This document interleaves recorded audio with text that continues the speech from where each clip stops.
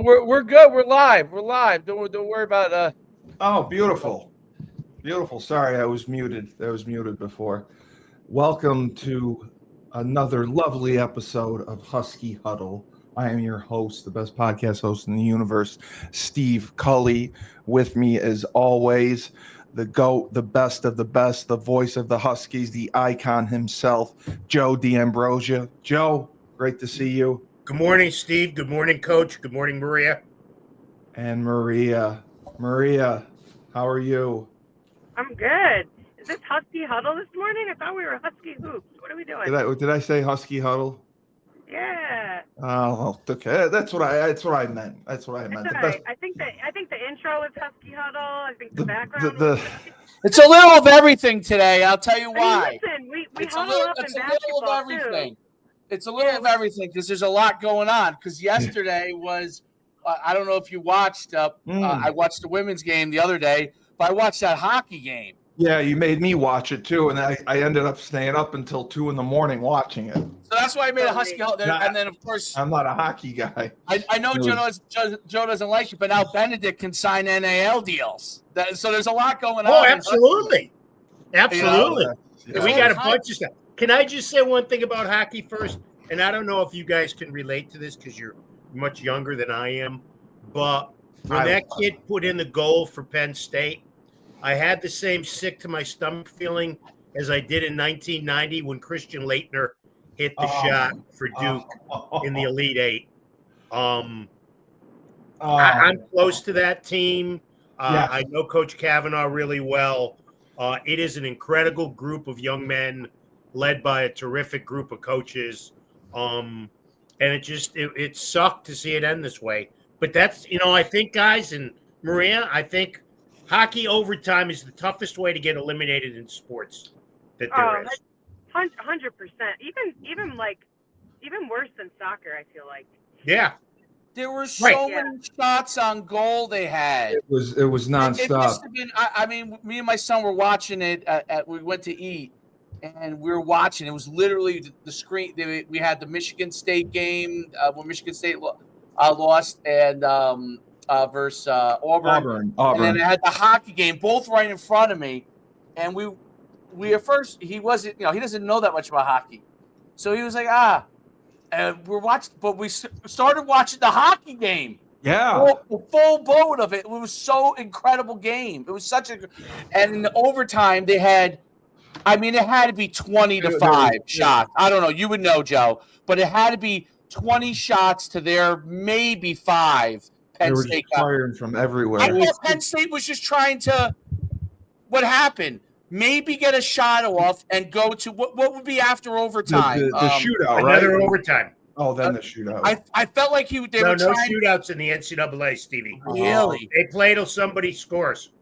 I thought Penn State was just trying to play like defense, and then at the end, Shu, they were just trying to get to the second overtime. But as you said, they get a break. A guy misses a check. Guy throws a beautiful back pass. Kid roofs it on Callum Tongue, and just in a heartbeat like that, that's the how season quick. ends. When Joey Muldowney hit the post, I kind of said to myself, it may not be their day, but just incredible. They had a great run. Where the Penn State guy laid on his back to stop it as it was rolling in. He's not just the Penn State guy, Shu, but he was UConn's goalie the last 2 years. I didn't know that. Oh, my God. I didn't know that either. Wow. Arseny Sergeyev was one of the guys who left after last season. Oh, okay. In the transfer portal. That I didn't know. Yeah. Well, the transfer portal, that's a good place to start. Joe, I saw that Isaiah Abraham entered the transfer portal. So did Ahmed Noel, Steve. I figured Noel would. I read about Isaiah. Noel, he struggled this year. Were you surprised with Abraham? No, because he didn't really get a chance this year. Yeah, he didn't get much time. And Noel didn't get much of a chance either. No. He was hurt for a while, but I wasn't surprised. Jalen Stewart coming back to me is a big deal. Again, I think he's a guy who You always had faith the in him. spotlight next year has a chance to shine. I know I've been on his bandwagon a lot, and I know Maria thinks he can play as well. I think Jaden Ross is the next one to look at, and I think, in the era of NIL, who knows how much money Terrace Reed can make somewhere else. He hasn't entered yet officially, though, right? No. Okay. No, but you're right. he's one to your point, Joe. I would not be surprised if we see leave, just only because of the money portion of it. Yeah. Because I do think you're right. I think his value and his physicality that he can play with is really attractive to some SEC schools. His upside. Yep. Yeah. So hopefully we can keep him. Yeah. And Jaden Ross is the other one to keep an eye on, like I said. And I think he's probably, and I don't know this, I'm just guessing, I would think he's 50-50. And it's not a long period of time they have, right, to make the decision from now. It's coming up on the end, correct? I don't think so. I think the portal is open for a couple of weeks, and then you can make a decision at any time. You just have to enter. Yeah. Oh, okay. And by the way, you can enter and always withdraw too. Right. Exactly. So it's almost okay. like just so you guys know, the way the portal works is so any coach cannot have any contact. So a coach from another school can have zero contact with a player until they're officially in the portal. Now, they can have contact with agents, they can have contact with, other people that have to do with the kid. But you can't get the kid on campus or have any actual conversations with the kid until they're officially in the portal. That's an NCAA rule. But directly. Okay. So there's no official timetable to enter the portal. You can enter at any time. No, there's a limit, right, as to when you can enter. There's a limit. That's what I thought too. So the window will close in a couple of weeks. But my point is, once you're in, you're in. There's no timetable of when you have to decide, and you can decide to leave or you can decide to withdraw and stay. Okay, so you can put your name in, see what happens. If nothing happens, you can obviously go back. I mean, do they have to take you back? No. No, they don't. They can say, "Hey, you're in the portal. Forget you." That's the risk of going in the portal. That's the risk you run. But at that level, like I said, these guys have agents. Yeah, they know. At a little bit of a lower level, it's way bigger of a risk because once you're in, there's no guarantee that somebody will take you back. Right. But if you're not a top kid that has an agent and has stuff going on, you might not have anybody else to really speak on your behalf. So you kind of have to go in so that they know that you're looking. The portal, by the way, closes Tuesday, April 22nd for the men and Wednesday, April 23rd for the women. Oh, wow. It's that long? Yeah. Okay. Yeah, it's 30 days. Joe, you'll love this. So, because I'm a college coach, I get access to the portal. When I tell you last Monday, I was just sitting at my computer, refreshing the portal. And it just kept going. The men's and the women's side, and you just see the numbers, and it's wild the amount of kids that are in there.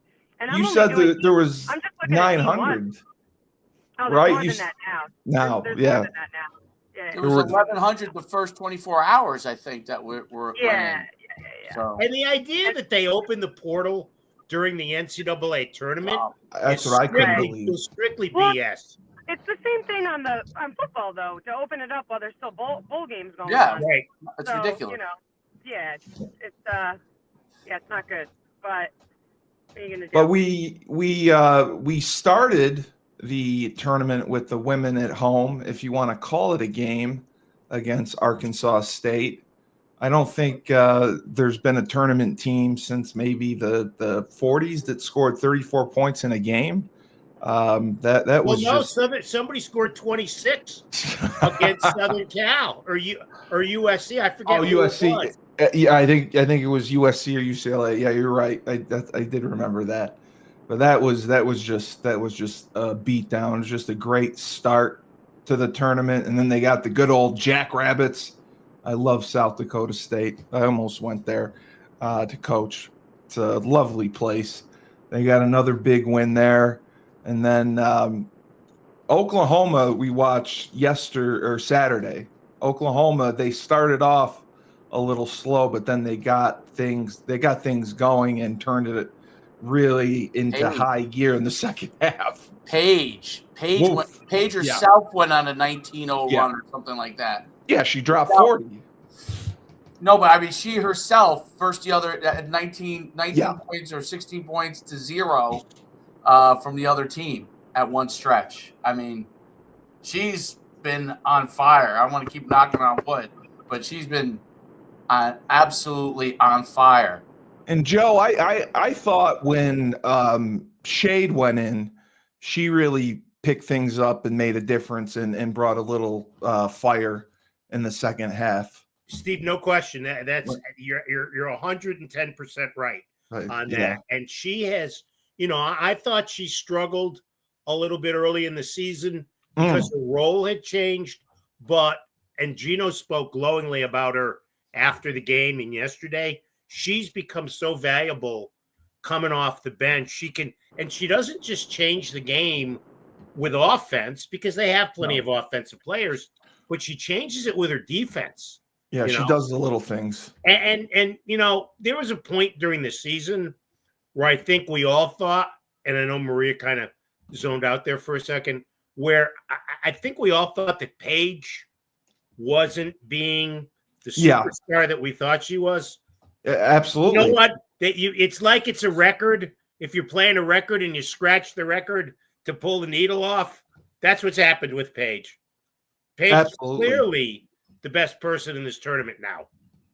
Absolutely. She has made her mark. She has showed her true talent, and she officially made her announcement that she is going to the WNBA, which we all knew.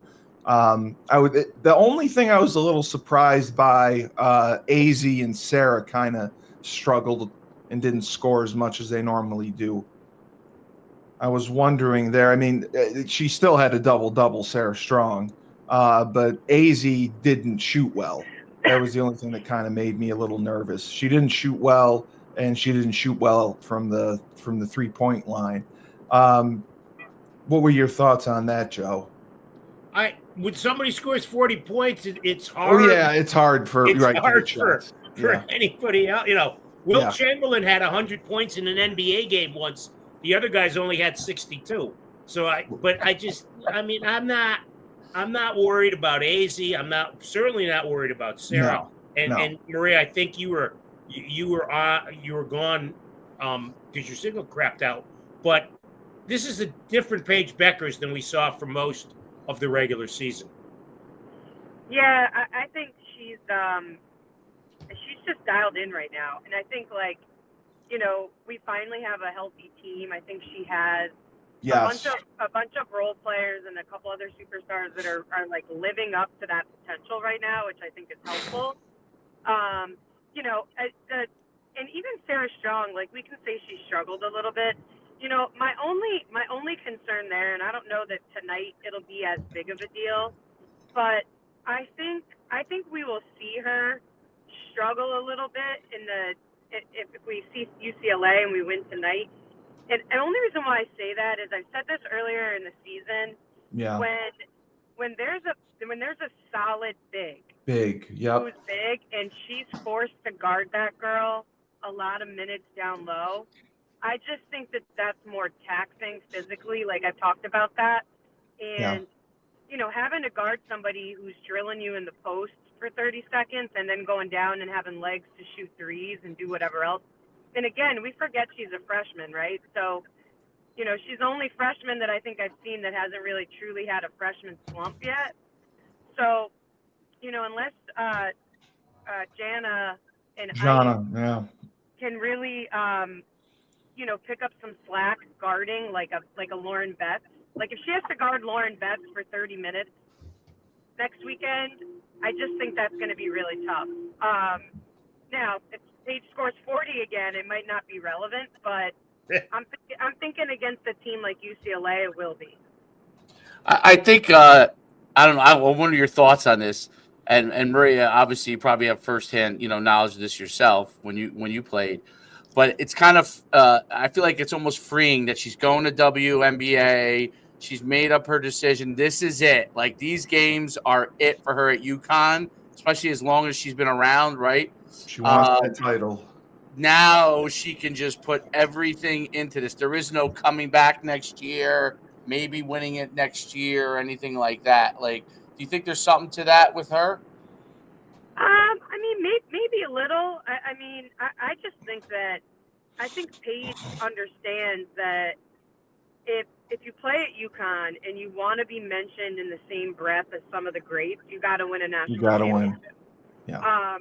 And I think that's more of her motivation. And I think what's cool is that if you listen to some of the stuff in the media, her teammates want that for her too. Yeah. And that was like kind of like, Joe, if you remember, like that was a lot of my team when I was a junior and a senior. It was like, all right, no, we want Diana to win it without Sue and Swin and Tamika and Asia, Right.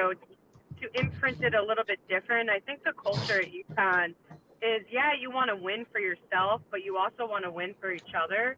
And I think Paige also, like, UConn's had such a drought right now in the eyes of, like, UConn standards. I think she wants it for him. Yes, I totally agree. Totally agree, Maria. 1,000% correct. And I think that's more of what her motivation is than necessarily like relief that she's going to the WNBA, because I mean, let's face it, she's going to have like 3 weeks off and then she's going to be in training camp. So I don't know what much of a relief that's going to necessarily give. I think it's, listen, you're a senior, you want to ride off into the sunset on a W. Yeah, that's how fast it happens. Joe, were you surprised that AZ decided to stay for her final year? No, Stevie, because I think she needs to refine her game even a little bit more for the WNBA. Don't forget, this is a kid, and I know we all know this, who missed almost an entire year, right? Who struggled a little bit when she came back, but other than an odd shooting game here or there, and shooters are going to have games like that. But the thing is, they keep shooting because that's what everybody tells you. If you're a shooter and you're slumping, Larry Bird, all the great shooters, they kept shooting because you think eventually the ball's gonna go for you. So no, and I think, to be honest with you, I think she wants to be the lead dog. You know, I mean, obviously with Sarah Strong, don't get me wrong, but I think AZ wants to have a senior year like Paige had, where it's her team. Yeah. Where she's in control, absolutely. Yeah, no, I totally agree with that. I think, her and Paige are obviously very close, but there's something to be said for not playing in the shadows of Paige Beckers for a year and, kind of seeing what you can do. I agree. I mean, I still don't think it's necessarily going to be her team next year. I think it's Sarah Strong, but it doesn't matter. From the guard position, she will be that person. So I think that's a big part of it. And I think too, and I don't know if you guys talked about this at all when I got disconnected, but UConn's role players on Saturday, and I'm not surprised, but I was happy to hear Paige's post-conference and post-game comments. Like, those screens that Strong and El Aspi are setting up top for Paige coming off, like, I love that play where they put Paige at the high post and the big comes, from the other elbow and set, like, I don't know how you can guard that. It's like impossible unless you're switching out, but she's such a good passer, then she's finding them on the roll. The screens that these girls are setting is, it's remarkable. I mean, they're getting her open now. A lot of what she made on Saturday also was just pure talent. Like, you're shooting from 5 feet behind the 3-point line. That stuff is crazy. She was just feeling it. But UConn's role players like Ashlyn Shade, KK Arnold coming off the bench and giving a spark. Like, everybody kind of did their job. And I was a little nervous going into Oklahoma because they're so big. You did say that, yep. But I got to be honest, the one thing I thought was going to carry us, and I think it probably won't be as relevant tonight because USC can play at a faster pace, but they just stuck to what's made them good the last 2 months, and that was to play really fast. Oklahoma was so gassed at the end of that third quarter. It was like, I thought somebody was going to have to get the AED machine out a couple of times. These girls they looked like they were going to throw up. Which again is a testament to the coaching staff and the way they run practice. But hopefully tonight, I mean, we haven't talked about this yet. Prayers up for Juju Watkins. You never, ever, ever want to see a player of her caliber have that happen at this point of the year because, the crazy part is she might miss all of next season. With the timing and how long it's taken some of these kids to get back. It's just, she's a generational talent, and that stinks. I think the only scary thing for tonight, and Joe, we've seen this, is like when kids rally around caliber of a kid like that, and they kind of are playing like they got nothing to lose because nobody thinks they're going to win, those are the scariest teams to play this time of year. So I think it's going to be a better game than people think. Even though much better. Yeah, I just think they're going to There's come out. There's still a lot of talent there. There's still a Yeah. lot of talent on that USC team, and they've still got a lot of size. Exactly. I got a quiz question for you guys, okay? All right. So Paige Becker's 40 points is the third highest ever by a UConn woman basketball player, tied with Katie Lou Samuelson and Maya Moore. Do you know the two and what they scored above that?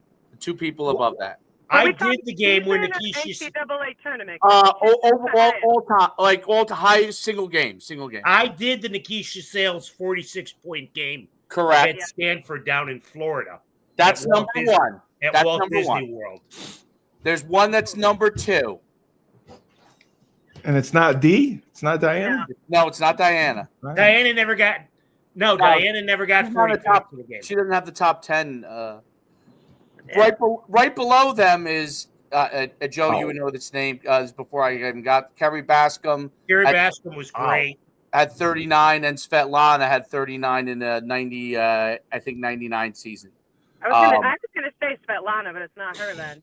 No, she had 39. Ooh, It's kind of a trick question, if that gives a clue. No. Okay? It's kind of a trick question because I said that Paige, Katie Lou, and Maya had 40. So it's kind of a trick question. I'll give you the amount of points it is. It's 41. Maya? It is Maya, yes. Wow. Maya has 3 of the top 10. She has 41, 40, and 38. We don't talk about Maya enough. No. Or Tina Charles enough in the pantheon of great UConn players. I mean, obviously there was Rebecca and Jen and Kara, Keisha, the Sue and Swin and obviously Stewie, and Nafisa. But we don't talk enough about just how great Maya Moore and Tina Charles were. Yeah. Did they win 4 in a row? Yeah. Maya Moore is probably Maya did not win 4 in a row. No, Maya did not win 4 in a row. Nope. Yeah, Stewie's the only one that won. Stewie is the one I was thinking of. Okay. Maya Moore, in my opinion, and I talk about her a lot, she's the best two-way player ever at UConn, in my opinion. So what I mean by that is this kid could drop 40, but then also lock up the other team's best player. I don't think any other UConn great was ever able to do that. Am I wrong in that, Joe? Right. I would totally agree. I think Probably you're 1,000% correct. Next closest would probably be Keisha. I mean, she was a heck of a defender too. I'm not saying that some of these other players weren't good defenders, but I'm saying this kid could be like National Defensive Player of the Year and National Player of the Year in the same season. Right. No question. Yeah, no, I think I think she is the best all-around player that UConn has had. And that's, look, with the names we've mentioned, guys, that would be saying a lot. That's a lot. Yeah. That's a lot. That's a good question, Shu. I was gonna say a little earlier when we were talking about AZ and Paige and the dynamic there. It's kind of like that on this show where Shu and Cully are equals, but Shu I think feels like he's AZ to Cully's Paige. Oh yes, by far. Well, in my mind, I'm Paige and he's AZ. But however it plays out. Yeah. Maria, I wanted to ask you because you mentioned tonight with USC and the big girls they have and that one talent who's really, really good, and they struggled against them last time. Jana and Ice haven't gotten a ton of minutes. I mean, they played 11 and 13 minutes the last couple games. What do you think combined between them they'll need to play to have success and win this game and guard that girl? I think that, the issue right now, and this is going to sound so crazy, is like, El Affy is observing Ramanad. So, this kid can't even drink water while she's playing in the game. So I think you see her getting pulled and subbed a little bit more than he would like to for that purpose, just from a fatigue thing. And Ice is still, coming back a little bit from that midseason injury. But, tonight I think Sarah Strong can handle one of the bigs. I don't think they're like a Lauren Betts situation. Right. They're just not as big and as dominant in the post, and they're not as good at post passers either. Lauren Betts can block shots, she can pass, she can score. That kid is like really, really good. Yes. So I think that those two split in about 30 minutes a game tonight is probably about right, and I think you'll see them go small for those other like 10 to 12 minutes. And by small, I mean Sarah playing the 5. But it really will all depend. I'm hoping that we don't get into some early foul trouble like we did last time with them. Because I do think that their bigs hurt us last time. Like they did. Juju played great when we played them, but it wasn't like Juju like completely torched us. It was actually their post players that hurt us a lot in the first half, and we actually went small in the third quarter, which helped us because we get sped back them in. up. Yeah. And, their bigs couldn't necessarily recover in time. So I think you'll see a little bit of that tonight too. But it's going to be a grind out, gritty victory tonight. I just don't think it's going to be like everybody's like, oh, cakewalk, Juju's not playing. And I feel like I know that the UConn team and staff is not thinking that. But I think the basketball world is, and I think that's a really slippery slope because they have a lot of talent besides Juju, and when stuff like this happens, other people step up, and it can be dangerous. And that Lindsay Gottlieb, their coach, is feeding into that narrative.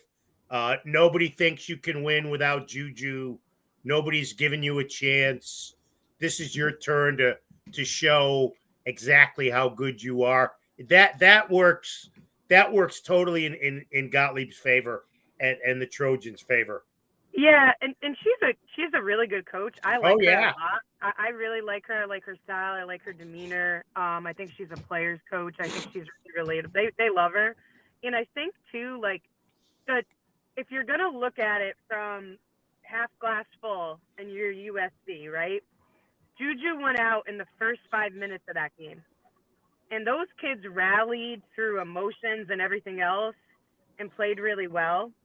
And then they went out and gutted it out against Kansas State is good. I mean, yeah. They would have been ranked much higher had Lee come back earlier in the season. Like they're a 5 seed, but they really are not a 5 seed. If they have Lee for the full season, I mean, she just came back for the NCAA tournament. So I think if they had her, even maybe a month earlier, they would have been ranked higher. So I didn't think, I was questioning whether they would get past Kansas State just because I think they were playing really well and they got some good weapons. So, I think tonight is definitely going to be high emotion. And people forget USC lost to us to go to the Final Four a year ago too. So Right. don't think they're not thinking about that in the back of their heads too. Exactly. They probably had that pinned in their lockers anyways. And now you add the extra emotion of Juju not playing. I think it's going to be a high emotional game tonight. And it's stupid that it's at 9 o'clock. And I will say, we haven't talked about this at all yet either. We've had all the late games. But, like, Gino is spot on with this whole super regional bullshit because, yes. like, literally, you think about it like this. They play at 9 o'clock tonight, which is obviously 6 o'clock out there. Doesn't matter. They're not hopping on a plane tonight and taking a red eye back to campus. They're getting up tomorrow morning, and they're flying across the country. Right now, they're going to adjust to a time change again. They'll practice, Wednesday, and then probably head down to Tampa. Oh, no. If they win, they fly to Tampa tomorrow morning. Yeah, he said that in the press conference. Yeah. So, No. I just think, like, and then they play Friday, right? So, like, and then you got the men's side, which all finished yesterday at the latest, and they don't play again until Saturday. Right. Correct. And they're not in super regionals where they're bouncing from all other different sides of the country. This super regional stuff has really got to, like, not only that, but, like, so now you play at 9 o'clock. Like, I mean, UConn fans are going to stay up to watch tonight. That's not the point. But, like, you're just making it so much harder. Like, your ratings are going to go down a little bit. Like, it's just nuts. I just think it's stupid. It's the stupidest thing, as Gino said, of all time. Plus, the other thing, and I didn't think about this till Gino mentioned it. So on the day that on Saturday, or Friday, they had to get up at the ass crack of dawn to practice because there was 2 games that day, and then Sunday they had to get up at the ass crack of dawn to practice. Yep. Because it was a regional final that day. Well, that's the thing too. Is like, all right, so if you're gonna do that, why wouldn't you just play all the same regions on the same freaking day? Because it would make too much sense, and the NCAA doesn't. Well, I think that would be hard.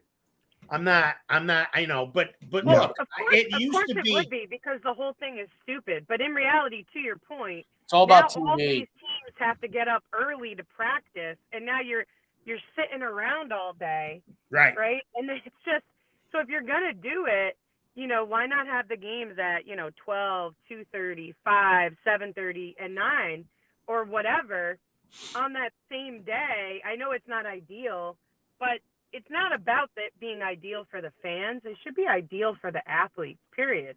It was much better when the women's semifinals were on Sunday and the men's and the women's finals were on Tuesday, like when you played, Maria.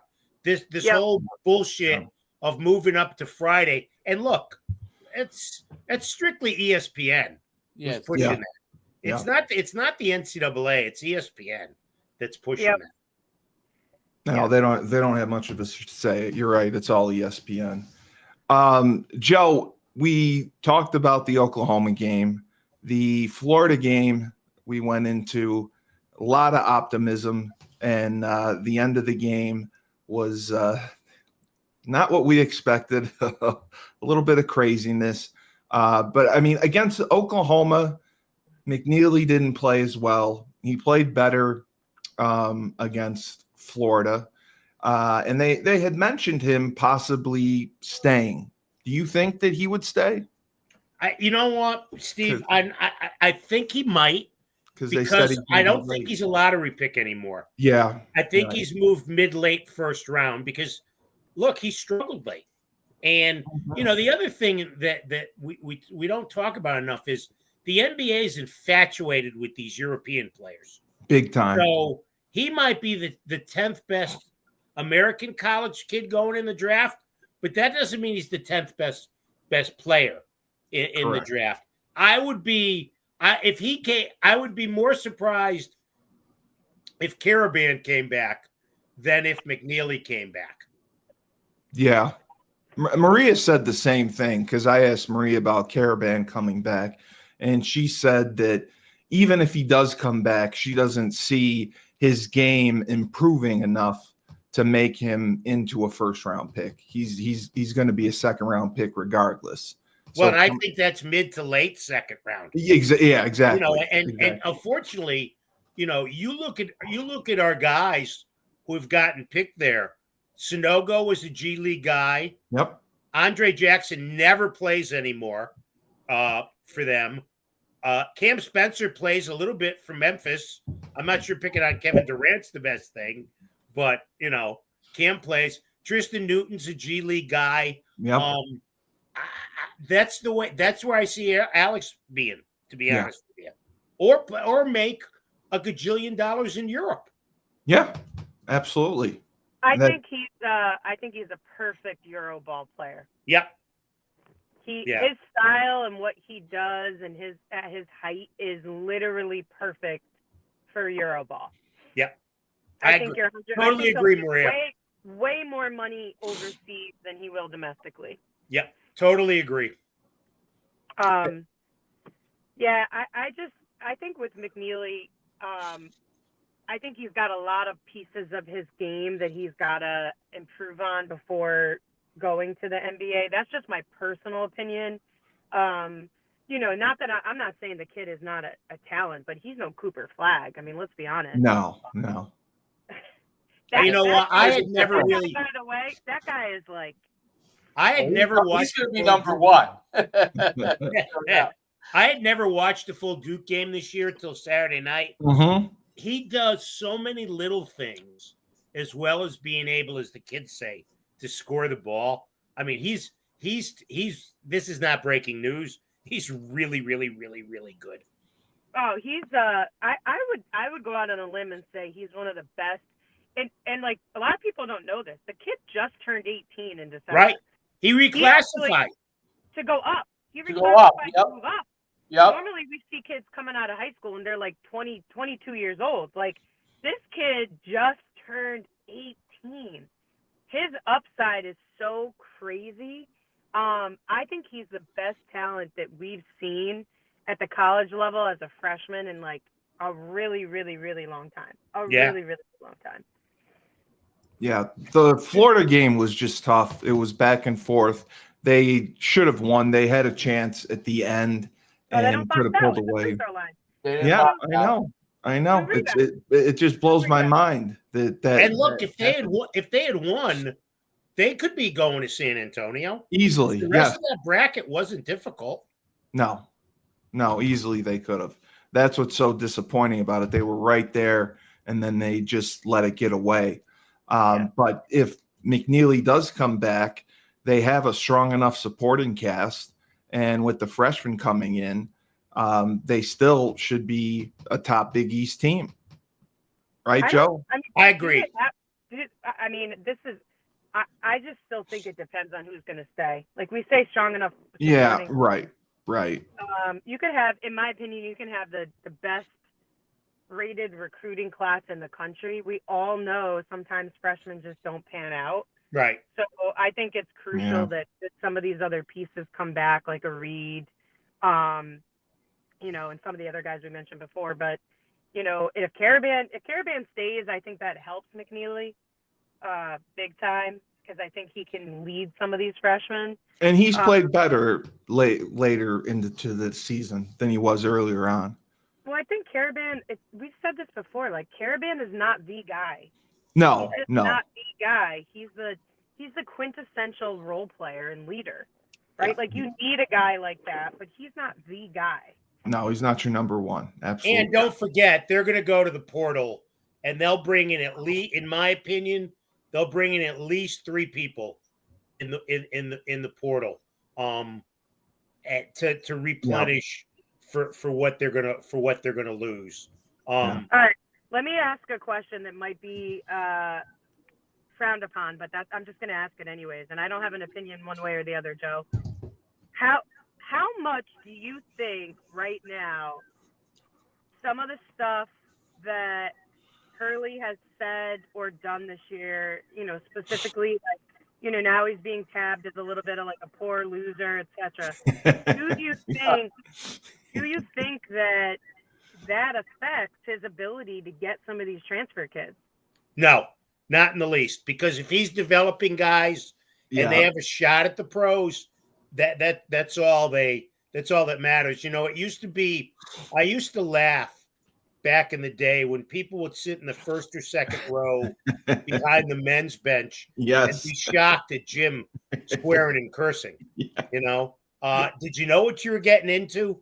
Well, the kids are smart, and the kids understand that Danny develops guys into the best of their ability. I don't think that matters as far as the kids are concerned. But one thing I'd like to see from Dan is we know who he is. He to use one of Steve's wrestling terms, he's kind of a college basketball heel. He is a heel and a half. Right. But you know what? Own up to it. Yes. If that's who you're going to be the heel. Be the heel. Don't say you're disappointed at how you're being perceived. That would be my only comment to Dan. Would be, you're great at it. Just be that way. And don't be critical of the media for calling you out on it. When I get his book and go to his book signing, I'll make sure to tell him that. I'm going to tell him that. Just embrace being the heel. It's fun. His last interview was at UConn. I don't know if it was like oh yes, last Tuesday or Wednesday. Yeah, he kind of like, it's the first time I heard him semi-own it. Like, was like, yeah, I am. This is who I am. This is who you hired, kind of deal. But he still blamed people. No. Yeah. He's got to have a little narcissism in there. So can't be that great of a coach without a little bit of narcissism. You know, I don't know how you get all the way up. I think he got caught off guard by that interview. I mean, it didn't seem like he was. I'm saying he was more humble there. Yes, normally than normal. Listen, if you're Dan Hurley, you should always be prepared for stuff like that. By the way. Oh, I know. Yeah, and Stevie, I don't think he was taken aback because it was just a meeting with the beat writers. Yeah. It just seemed like he got some questions that were unexpected. He just seemed thrown off. Yeah, Maria's right. When you're in that high profile position, you gotta expect it. And I'll disagree with you there, Steve. I think he knew the questions would be coming because there had been so much made after the viral video, after the loss to Florida. Right. You know, that video was a trip. That was. Oh my God, wasn't it? I mean, I wonder if you're like the coach, you're waiting to play your game. That's what I was thinking about. Like, you're waiting to play your game and he comes off. You don't even know what's really happened. You know what I'm saying? So you're like, right. You have no idea. And he comes off and But by the way, guys, like, I mean, I don't know.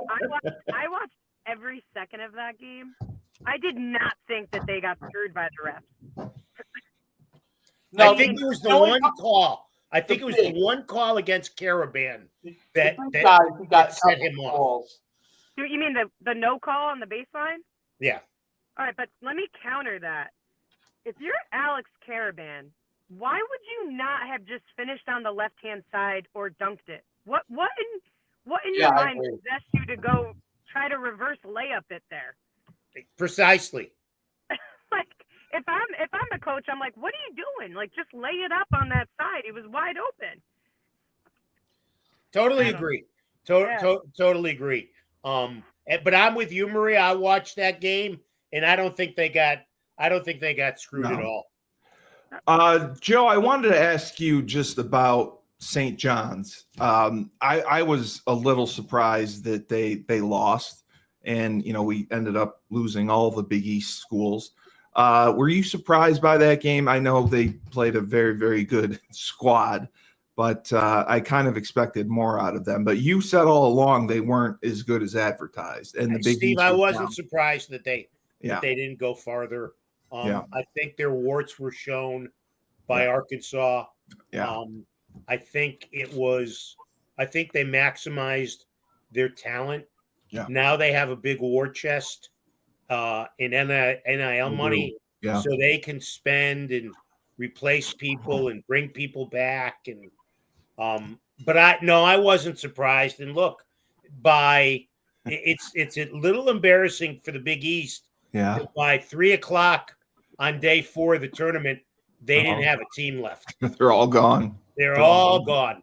They were all gone. The perception. But doesn't that play into what we talked about all year? Yes. Yeah, about the conference being as bad as it is. Same thing on the women's side. I mean, I know we only got 2 teams in, but Creighton out in the first. It's just like we've, as a conference, we've just got to do better. Like it's just, and it's not the top teams. It's those middle teams and the bottom that have just got to figure it out for everybody else. Well, especially for a league that's no disrespect to the Olympic sports, and we're lucky at UConn because our Olympic sports teams are terrific, but it's a basketball league. And if you want to portray yourself as a basketball league, you've got to be better. Oh, absolutely. 100%. Maria, I wanted to ask you this because my father was watching the tournament and he was complaining. He was watching TCU and they had like 3 wins last year and they have 30 this year, and he couldn't understand how they have improved so much. I was trying to explain the NIL situation, how they just, there's money involved. And he's like, that's not fair. How can that happen? How can they go from 3 wins to 30 wins in 1 year and be this dominant? And TCU was just so impressive. I mean, they really turned things around that fast. And that's all it takes. It's just 1 year. You get a couple players and you're right back there. Yeah, so I'm assuming the question is, how did they do that? Yeah. Yeah, because I wouldn't expect them to have that kind of money. I mean, I think first and foremost, I'm never a big fan of a kid like jumping around. That's just not me because I'm just such a No, you're not. I'm just such an old school loyal person. But I will say I actually am very happy for Haley Van Lith because I think LSU did her dirty. I think that Mulkey put her in impossible situations. It was almost like, let's just expose everything that this kid can't do every game. I think that she has really showed, and I do think, by the way, her playing USA 3-on-3 helped her. Her defense got tremendously better since last year. I think that her defensive has helped her. But, I'm happy for them. I think in the NIL world, you're just going to continue to see some stuff like that happen, especially if it's a football school, right? TCU, yep. So, but it's not like outside of Haley Van Lith, the other kids that transferred in were not like studs. I mean, they could play, but I think they've done a really good job of just embracing what they have in their culture. I would not be shocked if we see TCU in the Final Four. I would not be shocked if they beat Texas tonight. Yeah. And Joe, I think I heard this correctly. Did the SEC set the record for most teams in the Sweet 16 this past? I'm sure. Yeah, I thought that's what I heard. They've only got 2 in the finals. Right. And the Big East had 3 in 1985. Right. And look, I mean, Tennessee was brutal in the first half against Houston yesterday. Yeah, Houston. Florida barely survived Texas Tech. Arkansas, Auburn looked good. Had nothing against Texas. Had a lead against Texas Tech and couldn't hold on to it. I mean, it was a really good league, but still, you're known by how many teams you get into the Final Four. Final Four. And out of 14 or whatever they had in the tournament, they got 2 to the Final Four. Yeah. Did you watch that Auburn game yesterday, Joe? I didn't. I was watching. I watched it, and then I was watching hockey. Dude, I have to tell you, like, scary moment in the second half. When I don't know how you exactly pronounce it. Is it Broomy? Broom. Holy cow. I mean, this guy hyperextended his knee, twisted his ankle, and the weight, I thought he dislocated his elbow. I would have been the elbow, yeah. and they just popped it back in. But when he went down and they showed the replay, I mean, he couldn't even move his arm. So I'm like thinking in my head, well, there goes their season, because I don't think they're winning a national championship without him. But then he comes back in, Yeah. like 10 minutes later, and Drills the three. Yeah. No, he was amazing. But yeah, scary moment for Auburn yesterday. I'd be curious to see what actually happened to him and if he's going to be able to play moving forward. Right. So they got Auburn and Florida are the two SEC teams. And right? they play each other. Right. Yep. That'll be a good game. But who do you see there? Do you like? I like Florida, but I picked Florida from the start. I said Florida Duke. Yeah. Would be the Final Four. I mean, I think this is, I know we want to talk some NIL here because there's big changes up at UConn in the structure, but the bottom line is this has been, and the women the same way, Maria. These tournaments have been boring. That's what Maria said. I said it last week. I found myself changing the channel and like binge watching shows because I was like, what were you binge watching? Oh, you were right. The Residents. Yes. The Residents, the new That's show. awesome. But I agree. I think on both ends, just super, super boring, which kind of goes into like, listen, at this time of year, if you're a 1 seed playing against the 16, yeah, it should be a blowout. Correct. But it historically just hasn't been. But even like the 8-9 games were even interesting. It was all the way down. And what is it? It's been since, what was it, like 2014 or 13 when we had all 4 number 1 seeds go. So it's been like 10, 11 years since we've seen it kind of play out exactly how it's supposed to. So, yeah, I got to say, I'm hoping the Final 4 games will be better, but I've been thoroughly disappointed in the excitement of the games. And the women, we talked to guys in Maria, or I should say in the right order, Maria and the guys. But we talk about more balance in women's basketball, but it's still 1 versus 2 or 1 versus 3. Yeah. I think only one double-digit seed won. I think only 1 10 seed was a winner. It's just, I don't know. I don't know what can be done, but it's just, it's not exciting. No. And I think, Joe, it's going to get worse. I was thinking about this the other day, and the only reason why I say that is because these top teams, now that the NIL is the way that it is, like, you think there'll be more separation? I think so, because there's going to be no rebuilding, right? And if you're the best program and you have money to go out and get a top kid from another conference, it's just going to create more of that. So I think all of the like parity that we've worked towards is kind of like, it's exploding with NIL. It's just not, it's kind of like you go 2 steps forward, 1 step back. Yeah. By the way, it's been since 2008 since the number one since all 4 number 1s have gotten into the. Yeah, it was that year. It was Kansas, North Carolina, UCLA, and Memphis. Wow, that is a long. I didn't know it was that long. That's 17 years, and of course, we made it, and we won in 14 as the 7th seed. Right. Yeah, Joe, I wanted to ask you about the NIL thing with UConn. I did talk with Mike Burton a little bit about it, with Benedict having the power to sign off on it or write out NIL deals.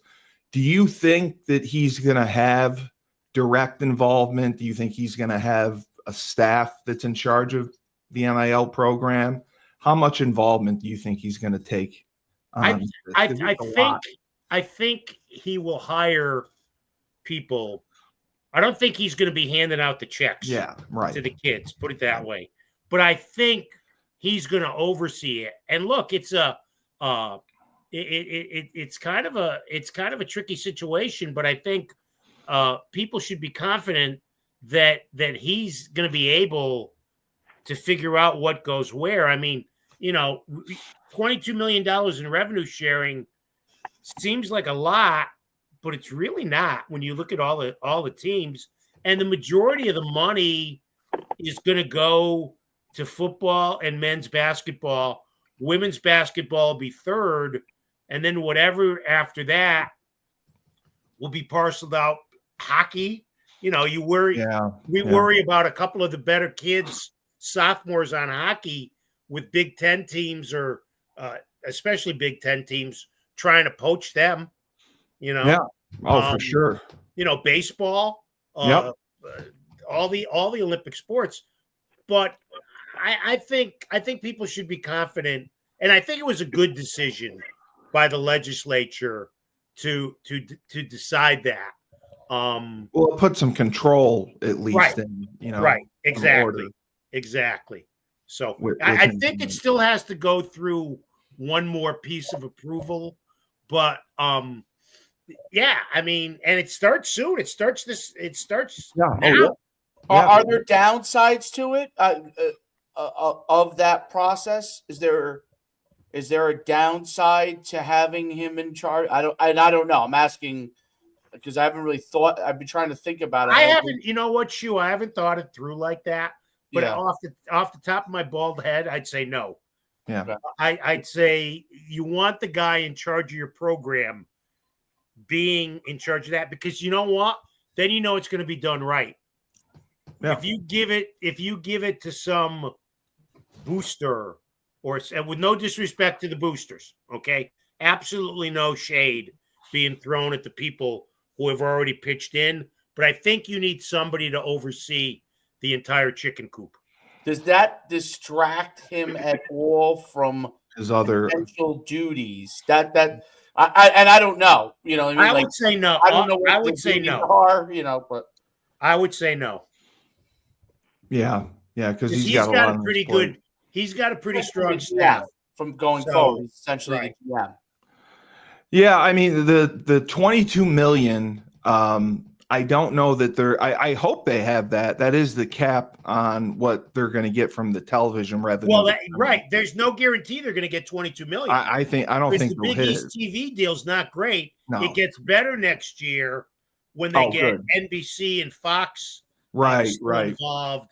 But it's not. Right. It's not what the Power Four conferences are making. And football's any not stretch. getting anything. I mean, they barely get anything for their television deal, I'm sure. So for what CBS if- Sports, yeah, exactly. What if? So if there's outside money, let's use Mike Burton as an example. Let's say his group. That's different. The NIL stuff. I think. Okay, so that will still be allowed on the outside.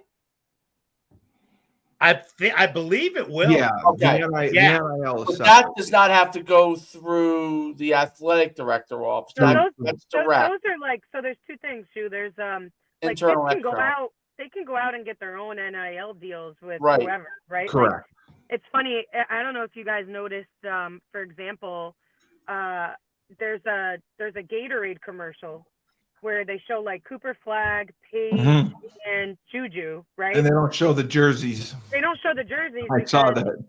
Well, because UConn is a Powerade school, but that doesn't stop Paige from going From out being in and the getting commercial. a Gatorade deal as Right. a personal NIL deal. So Well, look at the ad for Under Armour with Cameron Brink and Cooper Right. Flag. Right. because, I mean, because they're New Balance. right. Right. That's just crazy. Yeah. Mike had said that they were still going to handle the NIL portion of it, him and the D'Amelio guy, and that the television revenue, that budget, is going to be handed out by the school, that Benedict will be in charge of it. Well, David And can that's sign exciting. NIL contracts too. Yes. Which is an important part of the. Yeah, he has to sign off on everything. Yes. So that would be like, Nike's our. Yes. So that's like if Nike said, "Hey, we want to have Paige represent UConn in an ad, but we want to give her more than we're giving the other women, right?" And that would be something that he would sign off on, or is that just strictly the television revenue? Is it also that's where I'm sure they know. I'm just trying to figure out for myself what is. I think you have two different elements there. Right? So, like Okay. for example, Paige has a contract with Nike. She's a Nike athlete, right? Yes, they made her shoes. Yes, Now UConn is a Nike school. So it overall. would depend. Are you using Paige as your Nike school contract as part of the commercial, or are you using Paige as part of your personal contract with Paige as a Nike athlete? Right. I'm thinking like maybe that's a bad example. I don't know. Let's say the pizza joint in town is a sponsor. of Wellington Pizza. Wellington there you go. Pizza. Wellington Pizza. It's my favorite Okay, place. there you go. So there you go. Wellington Pizza wants to go through UConn to have her get paid more than the other girls. I'll tell you what. Say this right now. If they up the price at Wellington Pizza so they can pay for a third string left guard, I will be pissed. Oh, my favorite place of all time. Yeah, No. but again, Dave, I think again the question remains: are you using Paige or are you using the UConn trademark? Trademark, right? Yeah, I think if it was Paige directly, Personality. they just go to her. But I'm saying if Correct. it was, But if you're using the UConn, Yes. then I'm assuming Benedict would. then sign he would off on sign that. it. Okay. Right. I think that's the way it's supposed to work. Got it. So, Joe, for tonight, what is your prediction for UConn USC? Stevie, when the women's tournament began, I thought UConn was going to go all the way. I agree. I think, as Maria says, it's going to be a rock fight, but I think UConn wins and they get back to another Final Four. Right. And then you know what? When you get there, as we've seen, anything can happen. Right. I agree. They're firing on all cylinders. They're hitting their peak at the right time, and I think they're going to win tonight as well. Well, and we didn't. The one women's player we didn't talk about was you're going to bring up Chen, Caitlin Chen. I mean, how good is Maria? How good has Caitlin Chen been? She's played well. She's been awesome. It's like, and I've been saying all year, it's that I think the nice part about Caitlin is that her and KK are like yin and yang. Yeah. You know what I mean? So like, you got Chen in there and she's like calm, reserved, it's smooth. And then, it's like then when you want to create a little bit of a storm, right? Some turbulence, you throw KK, the energizer bunny. Yes. And then when you want to calm it down again, you bring Caitlin back in. I think what we've seen is that again, smart kid, high basketball IQ. Princeton, She's a veteran, right? Like she's composed. I think tonight in the Final Four game, assuming that they get there, will really be the true tell because she's never been in that spot before, right? Yes. But my bet's on her to be able to just keep doing what she's doing, and I think we win tonight.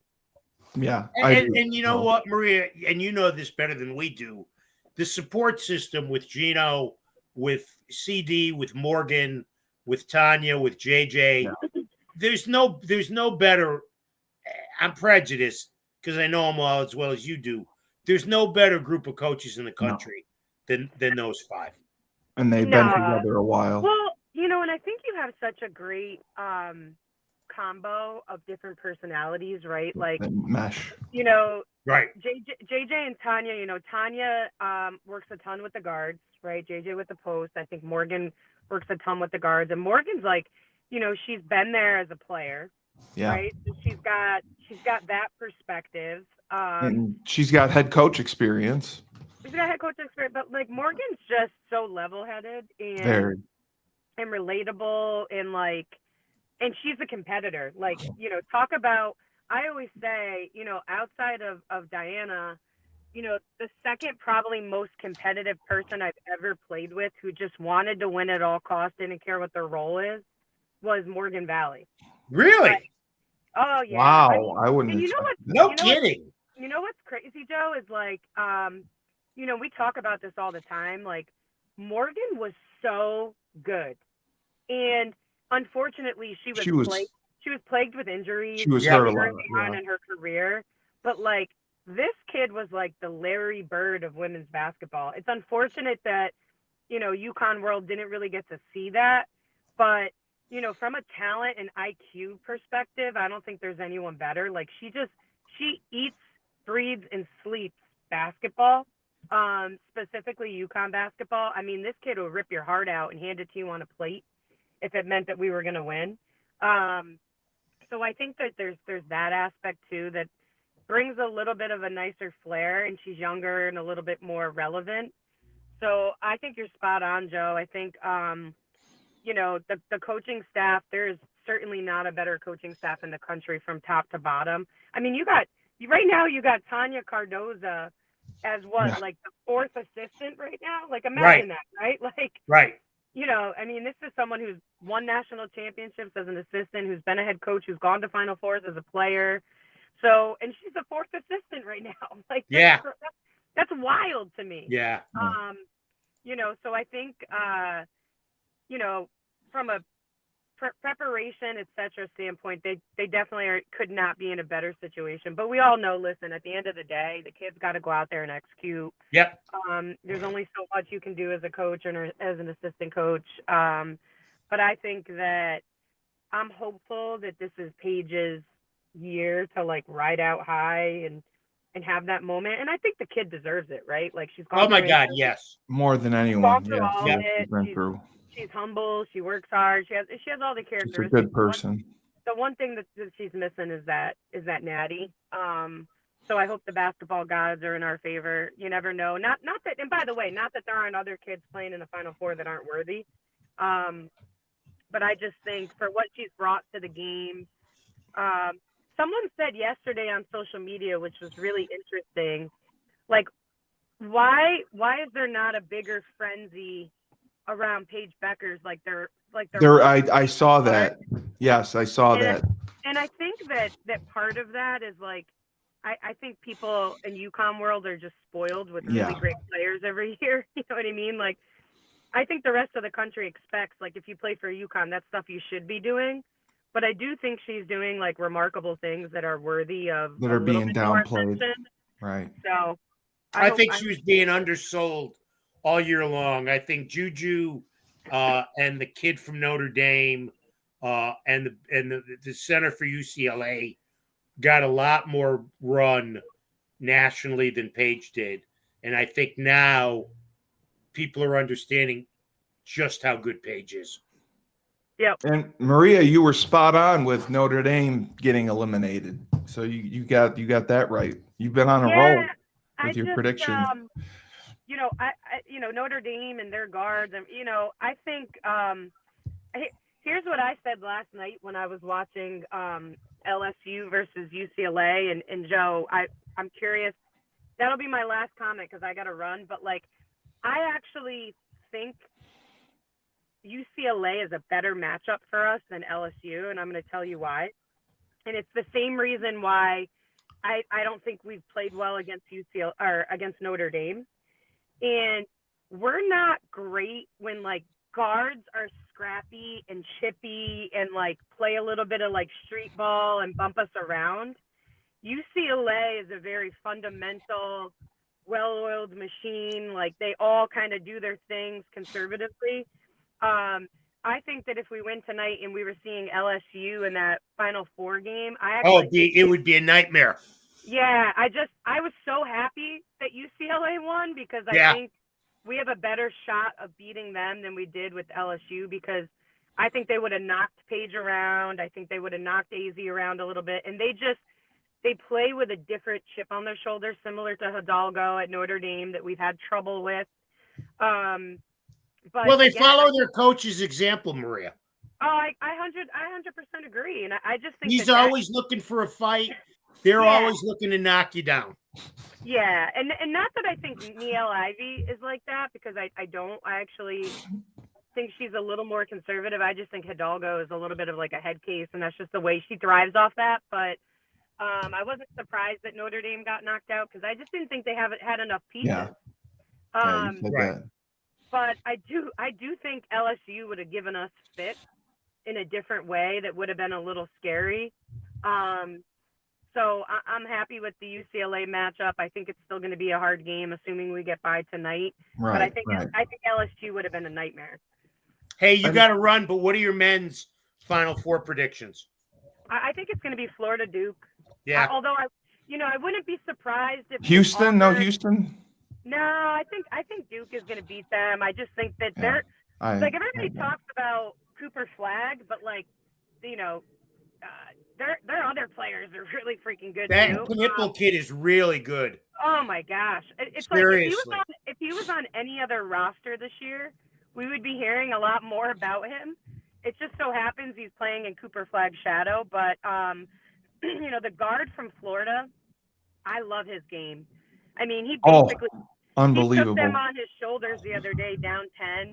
Some of those shots. Oh my God! I don't think Florida played great this past weekend, so I think that they'll tune it up for this weekend, and I think we'll see a Florida Duke final.